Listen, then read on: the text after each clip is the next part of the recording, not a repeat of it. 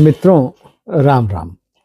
आपको अंगल नववर्ष की हार्दिक शुभकामनाएं और एस्ट्रोलॉजी एस्ट्रोनॉमी क्लब की तरफ से भी बहुत बहुत मंगल कामनाएं। मेरा नाम डॉक्टर सुशील डिमरी है और मेरा व्हाट्सएप नंबर 9839083928 है। पिछले वीडियो में हम लोगों ने ग्रह युतियों पर चर्चा की और ये जाना कि शरीर को संतुलित बनाए रखने के लिए, शरीर का संतुलन बनाए रखने के लिए हमें 4 हार्मोन्स प्रभु की तरफ से मिले हुए हैं। 4 हार्मोन्स की आवश्यकता होती है। अच्छा, वो रहते तो हमारे शरीर में ही है, लेकिन केमिकली वो प्रभावी नहीं है, या यूं कहें कि वो अभी रॉ फॉर्म में हमारे शरीर में रहते हैं। ये हैं डोपामिन, सेरोटोनिन, ऑक्सीटोसिन और इंडोर्सिन। ये अब देखिए, इसमें सब में कंडीशन है, रॉ फॉर्म में है, लेकिन शरीर को तभी मिलेंगे। जैसे डोपामिन है, डोपामिन तभी सिक्रीट होगा जब आपकी कोई प्रशंसा करे या आपको कोई अवार्ड मिले, तो ये इसकी कंडीशन है, तभी ये सिक्रीट होगा। सेरोटोनिन तभी सिक्रीट होगा जब आप सुबह प्रातः उगते सूर्य को प्रणाम करेंगे, भगवान सूर्य की किरणों में से आपको मिलेगा ये सेरोटोनिन। और ऑक्सीटोसिन जो की कंडीशन है, ये सिक्रीट होने की कंडीशन है कि वो माँ के प्यार दुलार या प्रेमिका के छूने या उससे बात करने से, यानी आपका मूड ठीक करने के लिए ये हार्मोन्स जरूरी होता है। और इंडोर्सिन ध्यान और मंत्रोच्चारण से मिलता है। इसमें कंडीशन है कि अब आपको ये मतलब खुल के हंसने से या नेचर में बसी जितनी भी खूबसूरती है उसको निहारने से, कविता पाठ करने से, इस तरीके से ये बढ़ता है।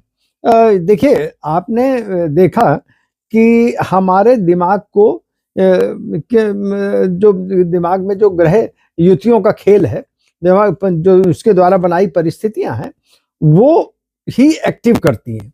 जब परिस्थितियां एक्टिव करेंगी तभी ये प्रभावी होगा, और यानी इसका सिक्रीशन ही तभी होगा।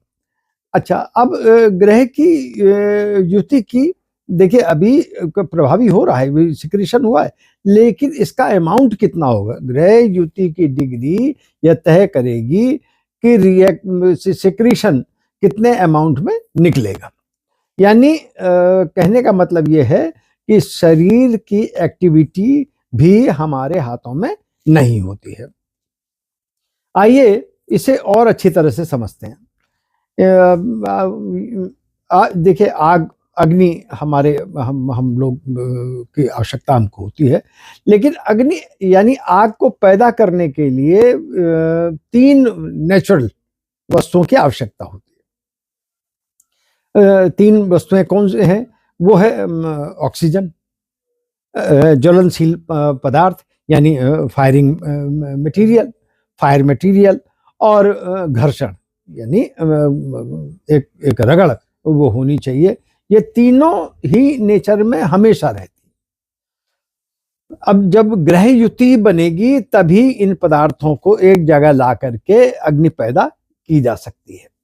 वो अग्नि के पैदा करने के लिए इन तीनों पदार्थों की जरूरत होती है। ये तीनों तभी होती है जब हमारा ग्रह युतियां इनको एक जगह लाती है। यानी अग्नि, अब देखिए, अग्नि कंट्रोल्ड होगी या अनकंट्रोल्ड होगी, ये भी ग्रह युतियों के कोणांश ही तय करेंगे। अब आप हमारी समझ गए होंगे कि ग्रह गोचर की युतियां ही है जो घटनाओं को फलित कराती हैं। इसीलिए हम सभी घटना हो जाने के बाद उसका कारण ढूंढते हैं, तो कारण हमको वास्तविक दिखाई देता है, इसीलिए हमको वो पहले नहीं पता लगता है, क्योंकि वो ग्रह युतियां एक किसी फॉर्म में अंदर जो छुपी रहती हैं, घटना हो जाती है, तब हम सब कारण ढूंढते हैं। मित्रों, हमारे कई व्यूअर्स की कुंडली द्वारा भविष्य सीखने की इच्छा है। तो आइए कुंडली को देख करके जातक के भविष्य पर चर्चा करते हैं। सर्वप्रथम हम जब कुंडली हमारे सामने आती है तो हम सर्वप्रथम जो पहला खाना होता है वो लग्न होता है। हम लग्न को देखते हैं, ये लग्न कुंडली कहलाती है।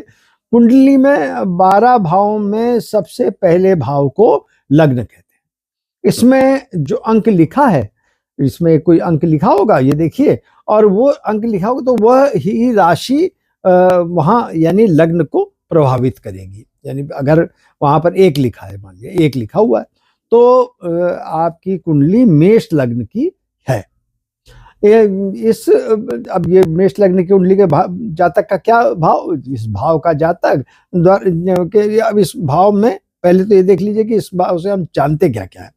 इस भाव द्वारा जातक का रूप, विवेक, प्रभावी मस्तिष्क आदि पर विचार किया जाता है।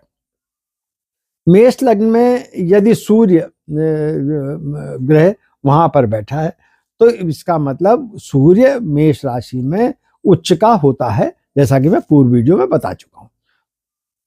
वो ग्रह उच्च का होगा तो जातक, अब जब ग्रह उच्च का है तो जातक तेजस्वी और विद्वान होता है। मध्यम कद वाला ऐसा जातक व्यवहार कुशल, महत्वाकांक्षी और प्रभावी व्यक्तित्व का स्वामी होता है। अब आपको मालूम है कि ग्रह अपने से, ये पूर्व वीडियो में भी आपको बताया गया, अपने से 7वीं राशि में नीच का होता है। यानी कुंडली में सूर्य की 7वीं राशि, 7वां स्थान कौन सा है, पत्नी का, यानी 7वीं राशि पत्नी के स्थान पर नीच की हो जाएगी। अच्छा, वो नीच में अगर नीच की हो गई है, वो नीच का कारण है, उसमें नीच के होने के कारण ऐसे जातक का दाम्पत्य जीवन सुखी नहीं रहता और सुख में कमी आती है और क्लेश बना रहता है। ये कितना होगा, इसकी तीव्रता डिग्री या मतलब ग्रह के गुणांशों की गणना करके हम भविष्य कथन कह सकते हैं कि भाई कम डिग्री का है तो ज्यादा विवाद नहीं होगा, ज्यादा डिग्री का है तो तेजी बनी रहेगी। यानी यदि ग्रह कम डिग्री का है, अब इसका उपाय भी समझ लीजिए। यदि ग्रह कम डिग्री का है तो जातक को विवाह पश्चात तांबे का गोल छल्ला अनामिका में, और अगर डिग्री ज्यादा है, तीव्रता ज्यादा है, तो छल्ले के साथ, तांबे के गोल छल्ले के साथ साथ बेल की जड़ लाल कपड़े में लपेटकर दाहिनी बाह में धारण करना चाहिए। मित्रों, ये बहुत ध्यान से भविष्य कथन को कहिए, जल्दीबाजी नहीं करनी चाहिए, उतावलेपन में न रह करके किसी भी तरीके से ग्रहों की पूरा अध्ययन करने के बाद तब उसका भविष्य कथन को कहना चाहिए। अभी हमने आपको मेष लग्न की कुंडली में सूर्य ग्रह के प्रभाव की चर्चा की। इस चर्चा में देखिए, आप हमारे साथ जुड़े रहें, लेकिन जुड़े रहने के लिए आपको हमारे एस्ट्रोलॉजी एस्ट्रोनॉमी क्लब के चैनल को सब्सक्राइब करना पड़ेगा। इसको सब्सक्राइब अवश्य करें और वीडियो को अपने मित्रों को शेयर भी करें। अपनी जिज्ञासाएं हमारे पास अवश्य भेजिए। मैंने अपना व्हाट्सएप नंबर और ईमेल लिंक दे दिया है। आगे हम अपनी आपकी क्वेरीज का इंतजार करेंगे और आपको ज्योतिष संबंधी रोचक जानकारियां भी देंगे। नमस्कार, जय श्री राम।